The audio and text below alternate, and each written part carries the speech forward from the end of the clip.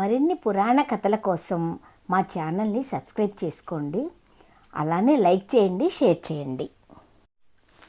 ఓం శ్రీ గురుభ్యో నమః. ఓం శ్రీ మాత్రే నమః.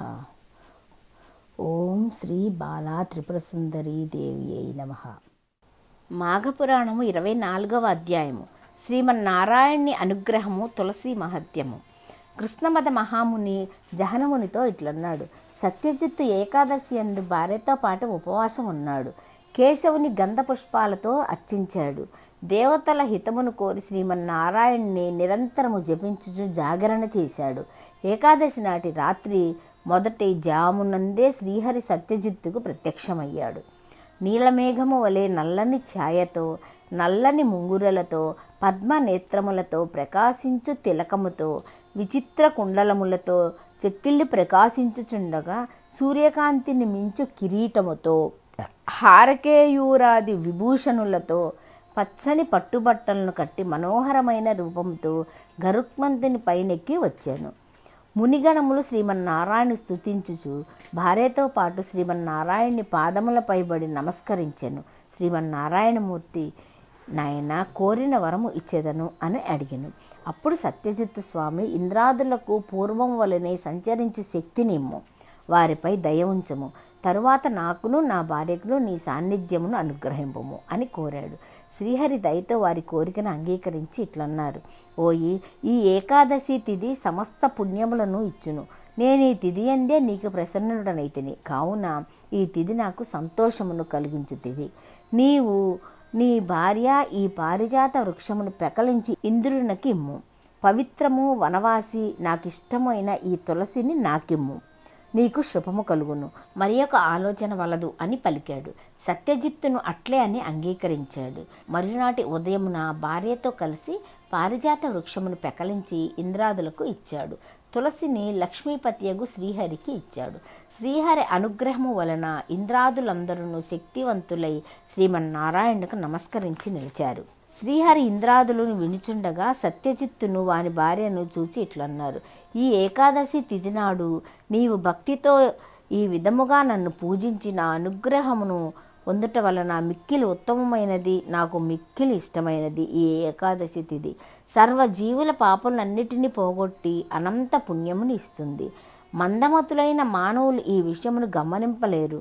పాడ్యము నుండి 10 దినములను యథాప్రకారము భుజించి ఏకాదశి నాడు ఉపవాసమును జాగరణ చేసి నన్ను స్మరించి వారు నా సాన్నిధ్యమును చేరుదురు. ఇహలోకమున సర్వసుఖములను సర్వశుభములను పొందుదురు. నాకు సంతోషము ఇచ్చిన ఈ తిథి ఉత్తమ సంభావననిచ్చి వేల కొలది అశ్వమేధములు చేసినవచ్చు పుణ్యమునిచ్చును.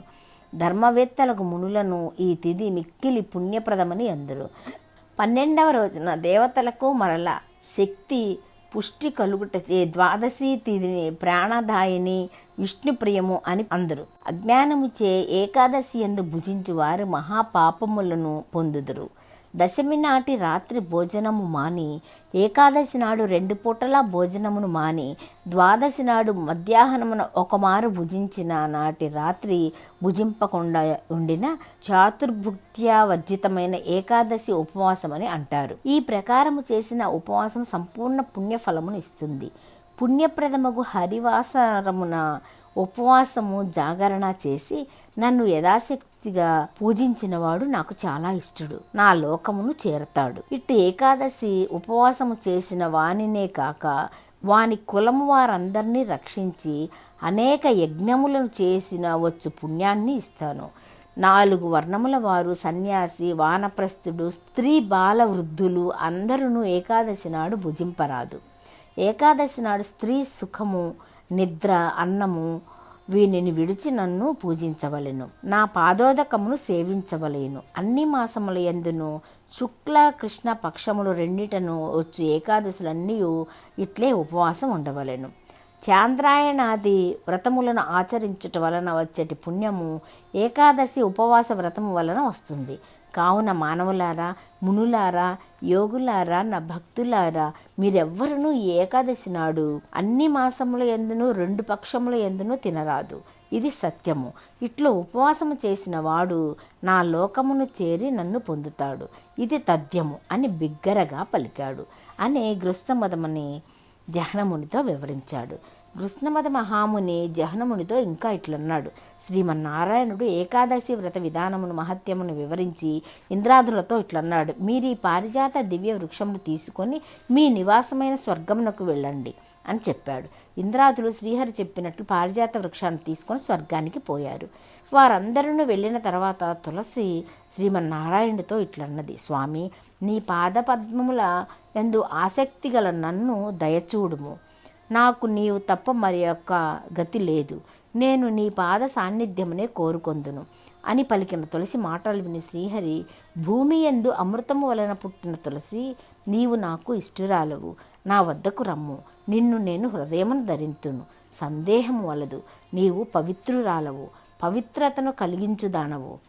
పాపనాశిని తులసి దళములతో కలిగి ఉన్న నిన్ను చూసిన వారు గంగా స్నానము చేసిన వారు వలె పవిత్రులవుతారు. నీ దళములతో నన్ను పూజించిన వారు పునర్జన్మ పొందుతారు. అమృతము నుండి పుట్టిన తులసి, నీ దళములను మాలగా చేసి నా కంఠమున సమర్పించిన వారు అంతులేనంత అనంత కాలము నా లోకము నుండి నాలో ఐక్యమవుతారు. నిన్ను తమ ఇండ్ల యందు గాని తోటల యందు గాని పెంచు వారికి ఏ పాపములను అంటవు.